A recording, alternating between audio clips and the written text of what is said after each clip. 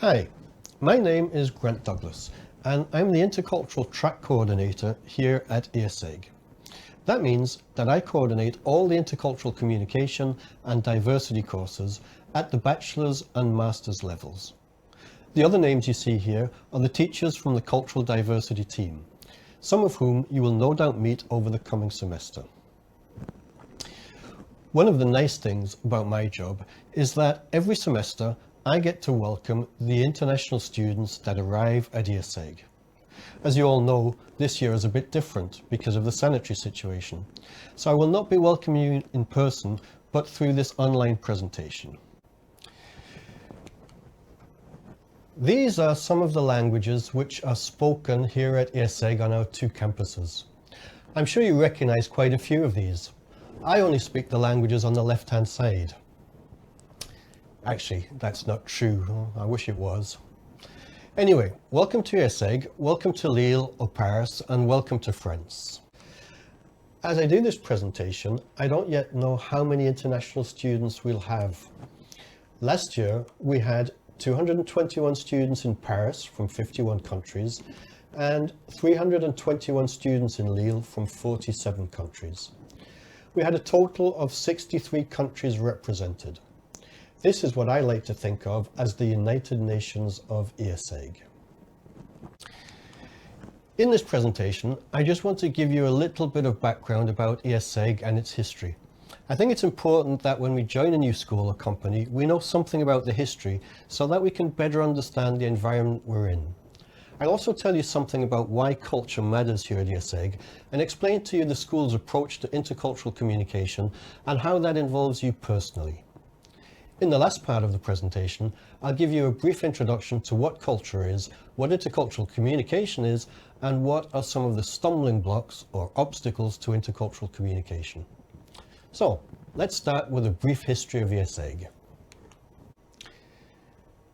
IASEG was created in 1964 as part of Lille Catholic University.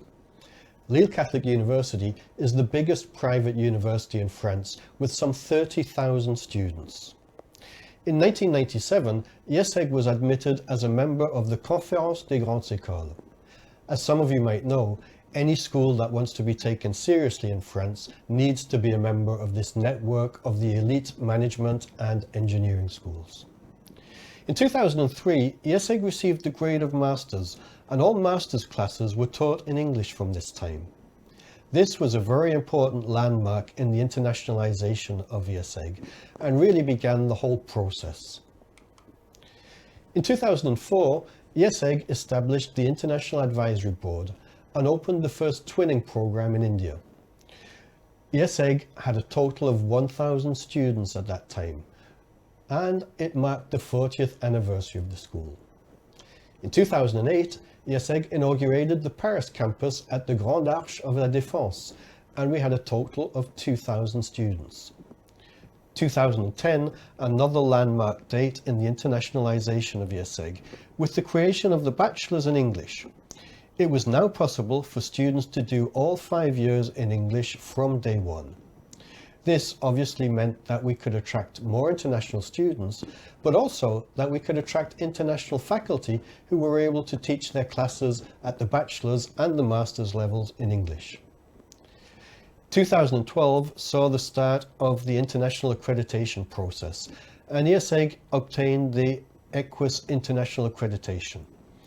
This is the year when we had our first compulsory intercultural communication courses, and I began to teach at IASEG. 2013, IASEG obtained the AACSB accreditation. In 2015, IASEG began a year-long deep visioning process, which involved hundreds of stakeholders to try and determine what the vision and mission of the school should be as we move forward in the 21st century. I'll come back to the vision and the mission just a bit later. 2017 was marked by the creation of ICE, IASEG Centre for Intercultural Engagement, a new teaching and learning policy, and there were now over 5,000 students. I don't have the numbers yet for this year, but in 2019-2020, IASEG looked like this. We had 5,850 students, over 100 nationalities, 2,600 international students, degree seeking or on exchange or double degrees and short programs, and 82% of permanent professors are not French, but come from 45 different countries. And we have 292 university partners in over 70 countries. So this is where you've landed. Just to resume this change, in 2004-2005, we had 1,000 students on one campus in Lille. By 2008-2009, we had 2,000 students on the two campuses, and in 2019-2020, we had 5,850 students on the two campuses. In 2002-2003, we had 32 international students. The International Relations Service would go and individually meet each student when they arrived. By 2012-2013, we had 602 international students. This was the year I began my first classes at IESEG, and I thought it was incredible. I'd never seen so many international students from so many different countries. By 2019-2020, so last year, we had 2,600 international students. And again, remember, over 82% of our permanent professors don't come from France, but from 45 different countries. This is a huge change. For you students and some of my younger colleagues, you might think that higher education has always been like this, but this is not the case. This is a recent phenomenon, and the change has been very fast. Imagine what the school looks like now to people who were already here back in 2002. This rapid change represents a great challenge to IESEG. IESEG has undoubtedly become an international school in a relatively short time. However, the ambition of the school is to be more than simply international and to become a truly intercultural school where everybody, students, academic and administrative staff, can thrive. Based on its deep visioning process in 2015, IESEG has co-created a vision and a mission with its stakeholders. The vision is that in 2025, IESEG will be a unique international hub empowering change makers for a better society. And the mission of the school is to educate managers to be inspiring, intercultural and ethic pioneers of change, to create knowledge that nurtures innovative leaders, and to promote creative solutions for and with responsible organizations. To realize our vision and mission, we have given ourselves an objective: to make CQ, cultural intelligence, part of the DNA of everyone involved in life at IESEG. We have a framework, the 4 R's: recognize, respect, reconcile, and realize en route. I'll say more about this a bit later. And a means to provide a working together toolbox for everyone. If you're not already familiar with the concept of cultural intelligence is made up of a number of elements. The first one is cultural knowledge. We need to have knowledge and understanding of our own and other cultures. However, knowledge in itself is not enough. We also need to have cultural skills. And finally, and perhaps most importantly, we need metacognition, or what some people refer to as mindfulness. Metacognition is knowing what knowledge and skills we need to use in different situations with different people in order to adapt our behavior. The idea is that the more we develop our cultural intelligence, the more we'll be able to adapt our behavior so that it is culturally appropriate. Just before we move on, here are a few important facts for you to remember. Did you know over 50% of international managers are culture blind? That's to say that they either fail to recognize the importance of cultural differences or they choose to ignore cultural differences as they think that their way of doing things is the best. This is not a good approach in my opinion. Up to 40% of overseas managerial assignments fail. 40% of expatriates return home because of failure to adapt to differing local values and norms of behavior. In over 70% of the time when international business ventures fail, they fail due to cultural misunderstandings. 50% of expatriate managers received very low marks in regard to their management effectiveness because of inadequate cultural adjustment. When misunderstandings occur in international business, Whether in negotiating, managing a multicultural team, or delivering offshore customer services, and whether face-to-face or by phone, email, or teleconference, the consequences can be disastrous. Many overseas assignments fail or achieve much less than expected because of breakdowns of intercultural communication. So, what's the solution? Well, we need to make the effort to develop our intercultural sensitivity and skills to be able to better communicate, work, and relate to people who are culturally different to us. This takes time, training, and experience. ESEG is trying to do this by developing the cultural intelligence of all the people who work and study here. Thanks for your attention, and I look forward to getting to know as many of you as possible over the coming semester. Welcome to the second part of this presentation, Culture Matters, the ESEG approach to intercultural communication. The ESEG Challenge. The ESEG Challenge is to train managers and staff who are in. What we mean by in is intelligent, intrepid, international, and intercultural. And with the 4 ins, we have the 4 Rs. And the 4 Rs are recognize, respect, reconcile the differences which make a difference. And the differences which make a difference are cultural differences. And finally, realize and root these reconciliations in daily life and work, in the way that we communicate, in the way that we collaborate, in the way simply that we relate to people who are culturally different from ourselves. The approach we have is to try and give everyone a toolbox, what I like to think of as a working together toolbox. Here at ESEG, we take a culture general approach when we do intercultural communication and management. In fact, there are 2 possible approaches: the culture specific, where you look at things like living and working in China, negotiating in India, and the culture general approach, where we look at things that exist in all cultures. Given the fact that we have over 100 nationalities on campus, it wouldn't make sense to try and do specific courses about each country. Besides, for the moment, you probably have no idea where you'll be working or with who you'll be working in the future. So we need a generic toolbox, a toolbox that will allow you to work effectively with anybody, anywhere. This is an evolving savoir-faire and savoir-être. That means knowing how to do and how to be. It's not something we learn to do in a 2-credit course. It's not even something we learn in a 5-year master's program. This is part of lifelong learning, and it's something that we get better at in theory the more experience we have. Finally, there is a basic tool, the 4 Rs framework. The 4 Rs are recognize, respect, reconcile, and realize and root. We need to learn to recognize what is culture and cultural differences. We need to learn to respect and appreciate these differences.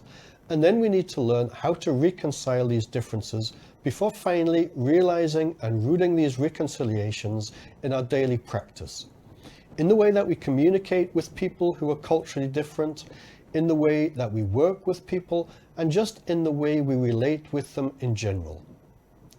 This might sound easy, but it's not. And as you can see, this takes time. However, as we learn to go through these stages, it will have an impact on the way we communicate, on the way we collaborate, on the way we relate with culturally different people. But it takes time and it takes effort. For most of us, working across cultures is not something that comes naturally. I'm sure you've come across situations like these.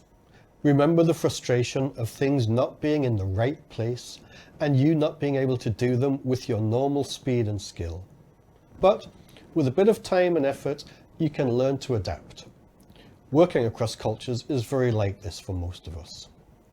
So, if we're going to talk about culture, we will need a definition. What do you associate with the word culture? I imagine there are lots of things that come to your mind. Perhaps history and traditions, food, language, way of life, or perhaps values and beliefs, taboos and rules of politeness. This is one of the problems when we want to talk about culture. It means so many different things to different people. In fact, There are over 200 different definitions of the word culture that we find in the literature. So if we're going to talk about it, we need to have a common definition. And this is the one we will use. Culture is a set of beliefs or standards shared by a group of people which help the individual to decide what is, what can be, how to feel, what to do, and how to go about doing it. One of the reasons we like this definition is that it doesn't talk about nationality. Culture is not nationality, and nationality is not culture. It's one element, but only that, one element. Gerd Hofstede has described culture as the software of the mind, the computer program that we all have in our heads and which allows us to decide what is, what can be, how to feel, what to do, and how to go about doing it. It's our Windows 10 or Windows XP or our Linux. I'd now like to give you a few other images or metaphors that can help you to understand how culture influences the way we behave. Many of you will have travelled to get here, and you will probably have crossed borders. Perhaps some of you were stopped by the customs at the border. If you were, you may have been asked questions like, do you have anything to declare? Did you pack your own bags? Did anyone give you anything to transport for them? Do you know what's in your bags? Are you travelling alone? You probably answered no to these questions. Well, I'm going to let you into a little secret. When you were getting ready to come here and you were packing your bags and trying to decide how many pairs of shoes to bring and how many t-shirts to pack, someone or something, without asking for your permission, got into your bag and hid there and has come with you from wherever you came. This thing, or this person, is what I like to imagine as the invisible travel companion. You can imagine him looking like this, or you can imagine him looking like this, and you can call him Jiminy Cricket, or your conscious, or whatever you like. But this thing you have brought with you is your culture. And it's important that you can recognize in as much detail as possible what this is. Another image I like to use is that of the still small voice. We all have a voice inside our heads which talks to us. If it's a French voice, it might say things like this. Ils sont fous ces Bretons. These Bretons are crazy. What's interesting here are the bubbles in the drawing, which represent the internal voice. Some of you perhaps know the French cartoon character Titeuf. Like lots of young people, Titeuf spends a lot of his time going around saying, c'est pas juste, it's not fair. And when you think about it, the voice inside our head is often evaluating and judging, telling us, I like this or I don't like that. This is acceptable, this is good, this is bad. So, if you can listen to this voice, it will tell you a lot about you're programmed in relation to what is right and what is wrong, what is good, what is bad, what is acceptable and unacceptable. Here are a couple of very important points. Culture is learnt. We learn our culture. We take it inside and it becomes part of who we are. And then culture is forgotten. We stop being conscious of its existence. It comes naturally, just like breathing. You didn't get up this morning and think, what will my culture be today? Or at least, I hope you didn't, because if you did, you're not very normal. Normal people don't tend to do this. However, our culture follows us everywhere. We can't just take it off and leave it outside. There is an Arab proverb that says, a fish only knows it needs water when it's out of the water. And most of the time, we're like little fish swimming around in the water. And we don't even see the water until we come out of it, or perhaps something comes in and disturbs the water we're swimming in. So, if we learn our culture, who teaches us our culture? Well, pretty much everything and everyone. We learn our culture from our families, from the communities that we grow up in, from the countries in which we're educated, from the social interactions we have, from our religion or non-religion, also from the companies or departments where we work, corporate culture. But it can also be linked to our gender and our physical ability, to our socioeconomic status and personal habits. Do you smoke tobacco or drink alcohol? Are you a vegetarian, etc.? And to many, many other things. So when we're defining culture in this way, what we're actually talking about is identity. And we don't have just one identity, we have multiple identities, in the same way that we have multiple cultures.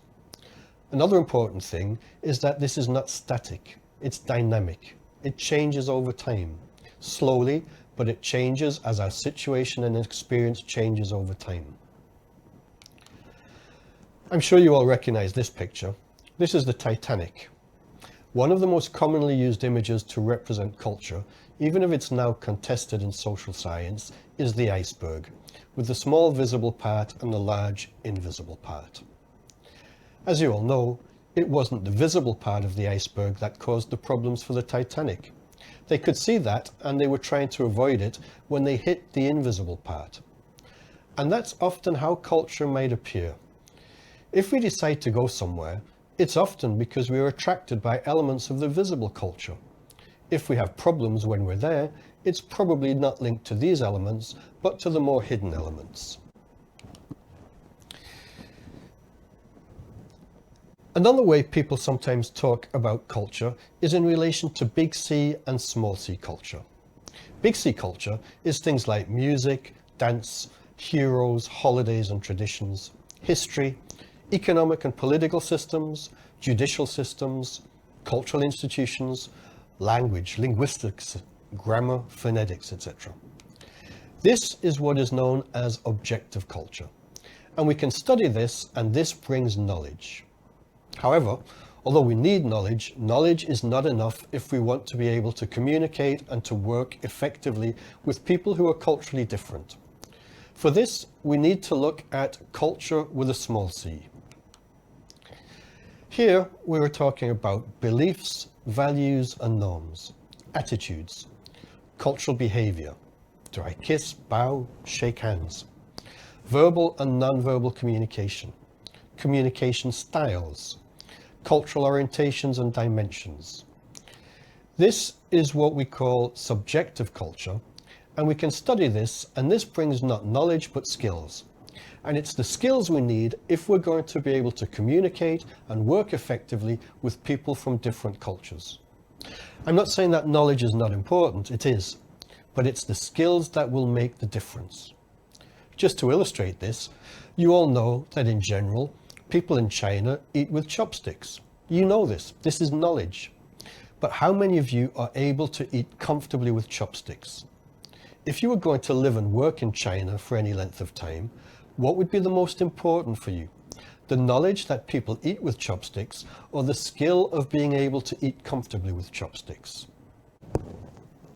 This is another way of imagining the iceberg, with what some people refer to as open culture, and then the deep or hidden culture under the surface. Any interpersonal encounter is just like two icebergs meeting. We have B1 and B2, and V1 and V2.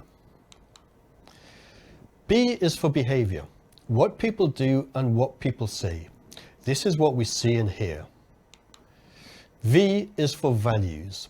This is what motivates people to do what they do and to say what they say. And it's this that we're interested in here. What makes you do what you do and say what you say?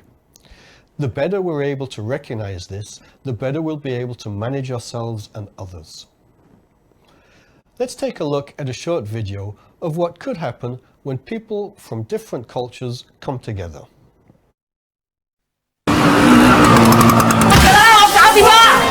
好容易就好簡單啦，就咁就發達。大家飲杯，飲杯，飲杯，得啦！大家食啊！有啲好嘢啊！ The English believe it's a slur on your host's food if you don't clear your plate. Whereas the Chinese feel you're questioning their generosity if you do. At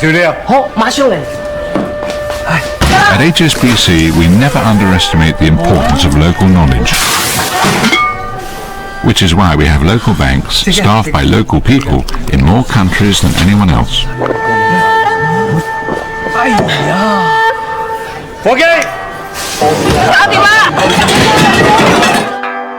HSBC, the world's local bank. I'm sure that made many of you smile. But if we try to analyse what happens in this video, what can we say? We have a British businessman trying to do business with his Chinese colleagues. Everyone wants this meeting to be a success, and they all want to make a good impression and impress each other. However, often, when we want to make a good impression, we do what we have been taught in our own cultures. And here, the British man wants to show that he is polite and respectful by finishing his plate. I'm not sure he really likes what he's eating, but he's making a huge effort to be polite and not offend his hosts. Unfortunately, the video suggests that in China, in order to be polite, you should not finish your plate, as to do so signifies that you have not had enough to eat. If these people are going to be able to work together and collaborate effectively, they've got a lot to learn about their respective cultures.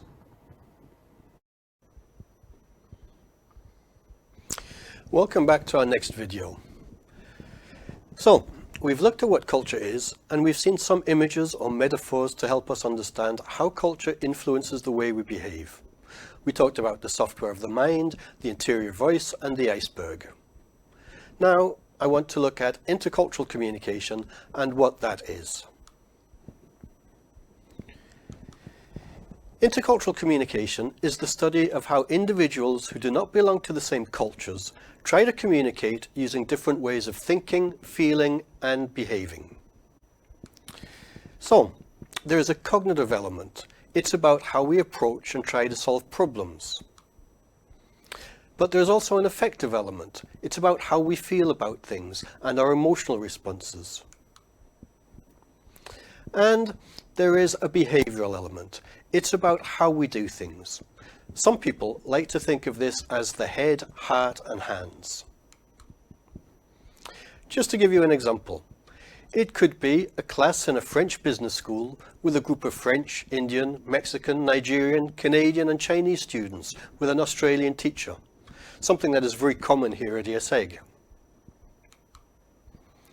But it could also be a project group made up of people from Turkey, Thailand, Brazil, and Poland working for a Canadian company with operations in France, something perhaps that you'll have in your future professional careers. And don't forget something that's very important. It could be a team made up of people from the same country, but from different regions, with different backgrounds, different ages, perhaps a different first language. Remember, nationality is only one element that we need to take into consideration, and it's not always the most important. So, what makes it so difficult to work with people from different cultures? The model we use is the stumbling blocks model of Leray M. Barner. Barner's stumbling blocks model identifies 6 basic obstacles to intercultural communication. These are language differences. The bigger the language differences, the bigger the obstacle to effective communication. The second obstacle is what she called assumptions of similarity. The third is the tendency to evaluate. Next comes prejudice and stereotypes. The fifth obstacle is non-verbal communication. Finally, when we put all of these together, we often have high anxiety or stress. Intercultural situations often result in increased stress, and as you all know, when we get too stressed, we get less effective communication, unsatisfactory relationships, and generally poor results. So, the first thing we need to do is to lower the level of stress so that we can function normally. One of the ways we do this is by recognizing the different stumbling blocks or obstacles. If you decide to do the intensive course in intercultural communication, we will look at all of these in detail. Here, I just want to talk quickly about them. So, language differences. US and British English. Oscar Wilde once said, England and America are two countries divided by a common language. And when you think about it, the English spoken in the UK is not exactly the same as the English spoken in Canada or the US or Australia. English is a mix of Hindi and English that is spoken more and more wherever we find a community of Indians, like here at ESEG. Apparently, more people now speak English than speak American English. Spanglish is the mix of Spanish and English that can be heard more and more in places like California, Florida or Texas, and in Mexico and in Central and South America. Franglais is the cute mix of French and English that you'll hear quite a lot here at ESEG. Just a quick piece of advice. If you don't know the word in French, just use the English word and put on a French accent. Sometimes it works. French and Quebecois. This is very similar to the situation with British English and American English, where the languages have not evolved in the same way. German speaking English. I apologize now to any German friends watching this presentation, but let's take a look at a short video clip. Das hier ist mein Sektor. Das hier ist das wichtigste Gerät des Küstenwächters. Das Gerät und das Gerät. Überlebensradar.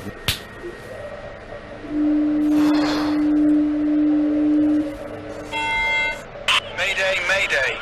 Hello, can you hear us? Can you hear us? Can you... Over. We are sinking. We are sinking. Hello?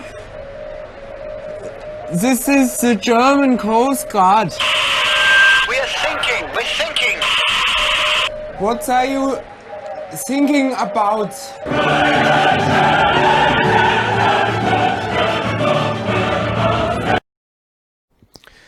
Turning to the assumption of similarity, the Franco-American writer Anais Nin said, "We don't see things the way they are, we see things the way we are." And we're not alone, as our version of reality, truth and experience is only that, our version. So what makes us so sure that we're right? Just have a look at the image here. How many human faces or human forms can you see in the image? 1, 2, 5? Actually, it's not important. How many there are is not important. What is important is that we don't necessarily see the same thing at the same time, even when we're looking at the same image. I can see at least 12 faces or human forms here. Can you all see the old bald man with a beard? The man with the straw hat and the cane? The lady carrying a baby? How many of you counted the baby?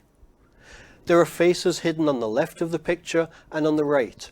And if you look in the pleats of the lady's dress, you might be able to see what looks like 3 prisoners kneeling on the ground with their arms in the air. Anyway, again, the important thing is not how many there are, but the fact that we don't always see the same thing at the same time.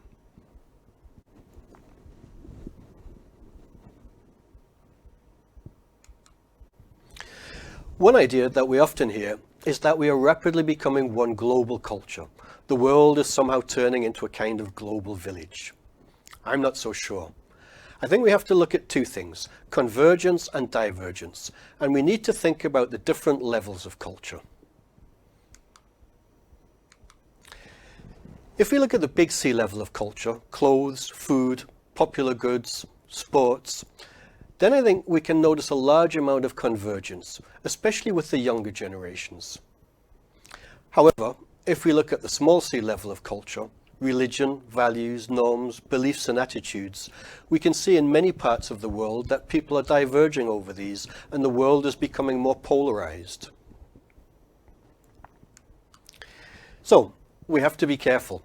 It's not because people are wearing the same clothes, eating the same food, listening to the same music, or watching the same sporting events on the same TV screens and smartphones that they're necessarily coming closer together. And in many parts of the world, this is definitely not the case. Rules to live your life by. I'm sure most of you have heard of the golden rule.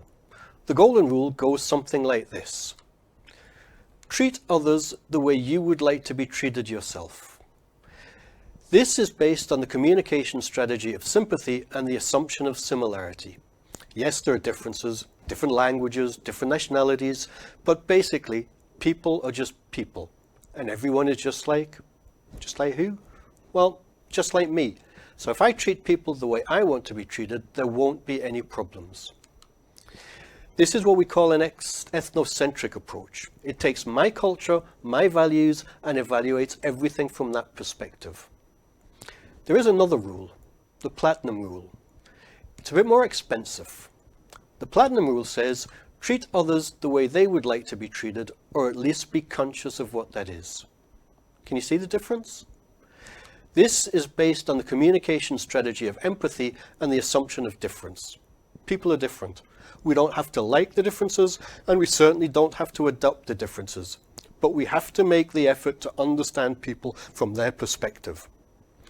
This is what we call an ethno-relative approach. Just have a look at this picture.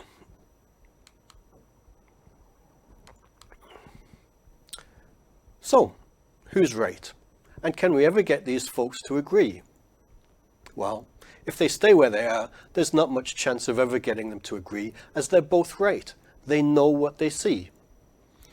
The only chance of getting them to agree would be to persuade them to change places, change perspective, and perhaps then they will be able to see, okay. The problem is, why should they move? They know they're right. They know what they see. And this is the challenge of getting people to move from an ethnocentric to an ethno-relative position. The next stumbling block is prejudice and stereotypes. Let's watch a short video. This is here, France. In France they eat baguette all day long. Baguette with cheese. And with frogs. Genau. One baguette with cheese and frogs, s'il vous plaît. In France they also wear the silly hats. Who, the frogs? No, the French. Yeah. And then they have this here curly mustache. Yes. Everybody has one of those in France. And they also test nuclear bombs. That's right. And when they're not testing bombs, they paint funny lines on their letters. Except when they're busy eating frogs. In France, people also talk through their nose like this. Well, no wonder if their mouths are full of frog all the time. The French call it dolce vita.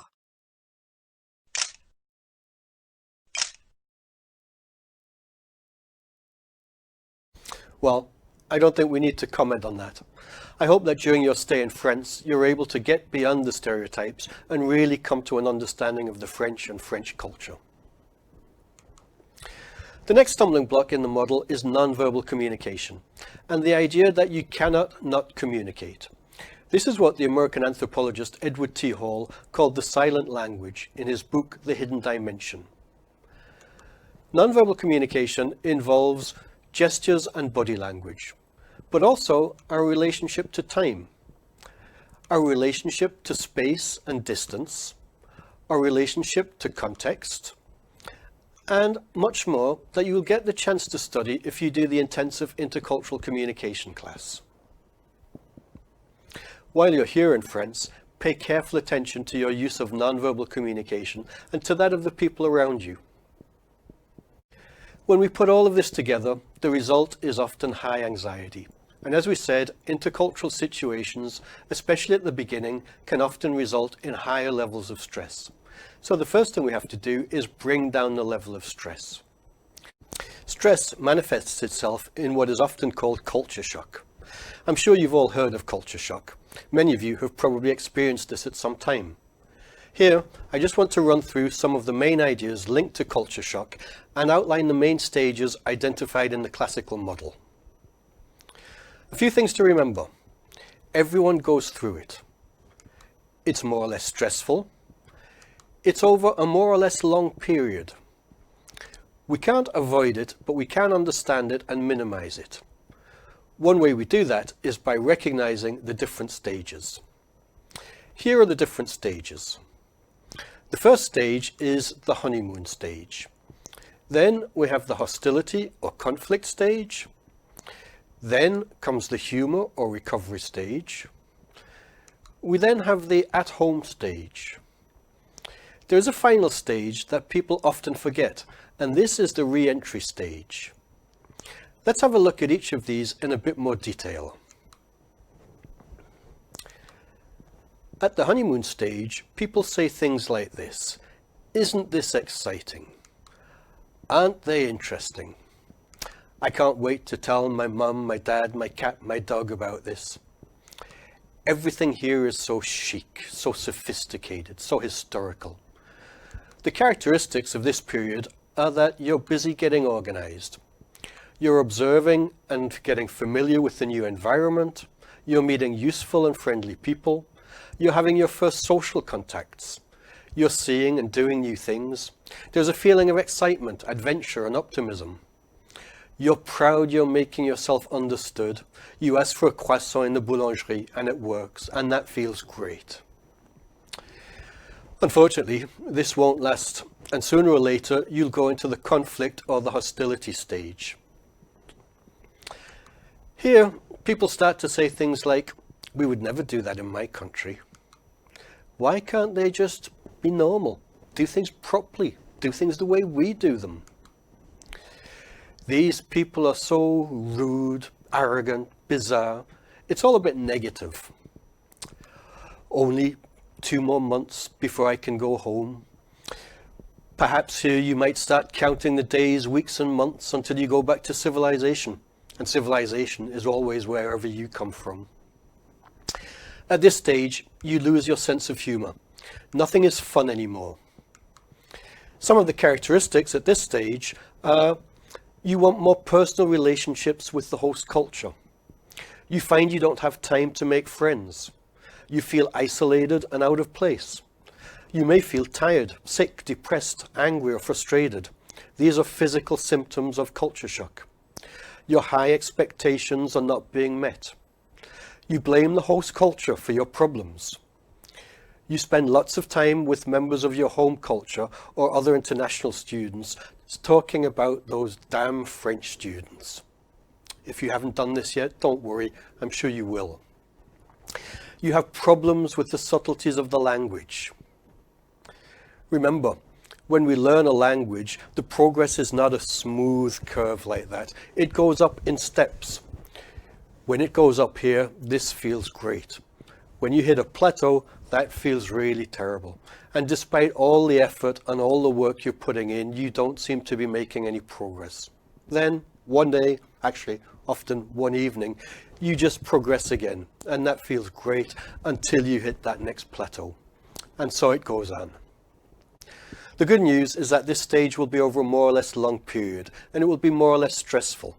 Culture shock is a very personal thing and changes from one individual to another. But you'll come out of it and you'll find your sense of humor again, and things will start to be fun again. This is what we call the humor or the recovery stage. And here people say things like, "Well, why shouldn't they say or do that? After all, it's their country." Actually, I'm beginning to like this. Some of the characteristics here are that you choose to become an explorer of the new culture. You accept the challenge of self-reflection. You assume responsibility for your own cultural adjustment. Your language skills improve noticeably, and you begin to understand why members of the host culture do what they do. And that's when you really start to feel as if you fit in. This is what's known as the at-home period. And here people say things like, "Well, we do that too, only in a different way." You don't understand them like I do. If you have family and friends who visit, you can say, "Come on, let me take you for coffee and I'll explain how things work here." And this is when you've finally made friends, you feel part of the community, you develop a greater tolerance of what is strange and new in the host culture. You can become a mediator between the two cultures. And that's when, for many of you, after a lot of work and effort, it will be time to go home. And for many of you, that might be the last thing you want to do. So, it might look like this, or it might look like this. As I said, it will be over a more or less long period and more or less stressful for each of you. but the fact of being able to recognize the stages helps to reduce the stress. Just remember when you're in the hostility stage that this won't last, and you'll be coming out again and things will start to be fun again. It's always a bit strange to talk about the re-entry stage to students who have just arrived. However, this stage is often neglected, and as some of you who have experienced this will know, this stage, what is often called reverse culture shock, is often more difficult than the initial shock. When we go to a new country, consciously or unconsciously, we expect to experience a certain level of culture shock. When we go home, we don't usually expect to go through this. Home is home. And so psychologically, reverse culture shock is often more difficult to deal with. So you need to prepare. Don't forget, going back can be more difficult than coming. You need to prepare for this. Give yourself time to readjust. Remember that it's difficult for people who haven't experienced the same thing to understand what you're talking about. Here are some almost final thoughts. Developing intercultural competence is a self-reflective, intentional process focused on understanding patterns of difference and commonality between yourself and your cultural groups and other cultures' groups, perceptions, values, and practices. Being somewhere is not enough. People often think that if they stay for a few months in a place, they are somehow going to learn about the people and the culture by a kind of osmosis. That doesn't work. We need to get the experience, but remember, it's not simply participating in activities or attending cultural events that is important. It's the intentional reflection on the cultural patterns of commonality and difference that make up these activities or events that will contribute to your intercultural competence development. To conclude, let me share the results of a survey by the British Council from a few years ago. In the survey, the HR directors over 150 international companies were asked what they were looking for in young graduates. Basically, the HR directors said that they trusted schools and universities to teach the technical and scientific subjects, but the added value they were looking for was this: graduates who understand cultural differences, who are aware of their own culture, who accept cultural differences, who can adapt to cultural differences and adjust their communication, who are respectful and open to new ideas, flexible and multilingual, who can build trust, this is very important with multicultural teams, who can tolerate ambiguity, work in diverse teams, and who are continuous learners able to listen and observe. You will learn a lot of new things while you're here at ESEG, and you will progress academically, I'm sure of that. My challenge to you is that you use your time with us to also develop some of the skills I have just mentioned. This will be the real added value that you can take away with you. Thanks again for your attention. I hope you have a great time with us at ESEG and here in France. I hope to get to meet many of you. If you have any questions, don't hesitate to get in touch with me.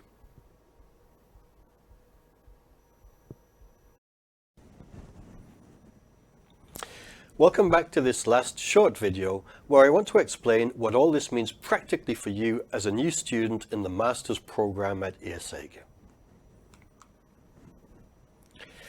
As I said in the last video, I know that you will progress academically during your time at ESEG, but what I'm particularly interested in is how you use this time to develop your cultural intelligence and some of the other intercultural skills I mentioned previously and which you can see again here. During your time with us here at ESEG, you will have the chance to participate in a lot of different things that can help you develop your intercultural skills. These include compulsory and elective courses, projects, associations, internships, exchanges, double diplomas, and much more. Obviously, a lot of what you decide to do will be very much up to you. However, you will all do a class called Managing Diversity in Vivo, MDiv, in which you will be expected to put into practice some of the basic concepts of intercultural management using tools that you will discover in class. You will apply these tools and concepts in some work that you will do with small groups of bachelor students. Remember, all of the students at ESEG have a compulsory course in intercultural communication in the bachelor's cycle. Some of you may have done something similar before arriving at ESEG, and some of you not. On the ESEG Online MDiv page, you'll find a list of the basic intercultural concepts and tools that you are expected to be familiar with. Please make sure you take some time to look at this. Just to finish off, in his book, The Learner's Journey, Bastian Kunzel says that learning is memory creation, and the things we remember most powerfully are those that are embedded in a story. People experience their life as a story in which they are the hero or protagonist. The parts of our lives we remember best, we remember in story form. In joining ESEG, you are starting a new chapter in your story, and we want it to be the best story possible, where you play the biggest and best role, where you will be your own Frodo or Bilbo or Luke Skywalker or Harry Potter or whoever you want. In any story, we have a protagonist or hero. This is you. The hero has a need, as their world is not the way they want it to be. So they go into the unknown in search of something. They find what they're looking for, or something else, which they take. They then return, having incorporated what they have taken in such a way that they have changed, and have changed the world around them. This is how all blockbusters and epic stories work, from the ancient Greek mythologies to Pixar, Lord of the Rings, and the Marvel movies. So, how can you turn your time at ESEG into your own blockbuster story, in which you are the hero and which will allow you to go out in the future to be a real change maker for a better society? A good starting point is perhaps by using your time here to get to know yourself better.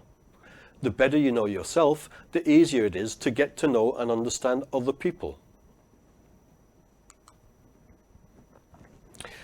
That's one of the reasons why we begin each year with an activity called Diversity Icebreaker, an activity that you will be doing very soon.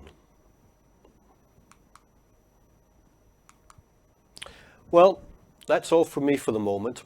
Make the most of your time here with us. Make sure you turn it into a real blockbuster story. And thanks again for your attention.